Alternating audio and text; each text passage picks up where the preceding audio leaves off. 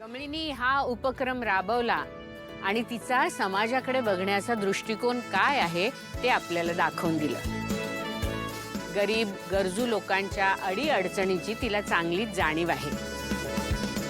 आपण त्यांना मदत करणं तसंच इतरांना गरजू लोकांना मदत करायला प्रेरणा देणं अशा अभिनव कल्पना सत्यात उतरवणं ही काही सोपी गोष्ट नसते.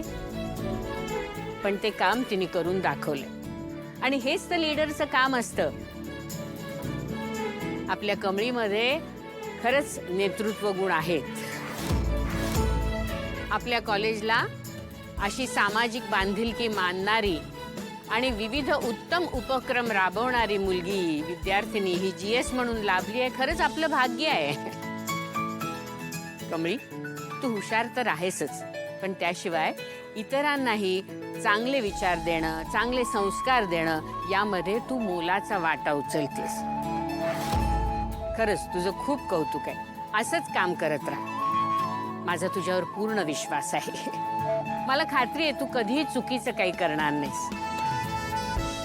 त्यामुळे यापुढे तुला कधी काहीही करायचं असेल ना तर थेट माझ्याकडे यायचं.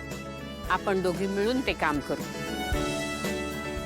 पण आजी, ऍक्टिव्हिटी सुरू करण्यापेक्षा ऍक्टिव्हिटीमध्ये जास्त डोनेशन कोणी दिलं हे जास्त इम्पॉर्टंट आहे ना. आमच्यासारख्या लोकांमुळे तर ऍक्टिव्हिटी सक्सेसफुल झाली. बरोबर आहे. कुठलाही उपक्रम हा सगळ्यांच्या मदतीमुळेच यशस्वी होत असतो. पण ती कल्पना सुचणं, त्याची सुरुवात करणं हे जास्त महत्वाचं आहे. आणि म्हणून कमळीचं जास्त कौतुक आहे. आणि आज तुम्हाला सगळ्यांना मला इथे हे सुद्धा सांगायचंय की कॉलेजमध्ये कुठलाही प्रॉब्लेम आला, काही अडचणी असतील तर तुम्ही थेट माझ्याकडे येऊ शकता.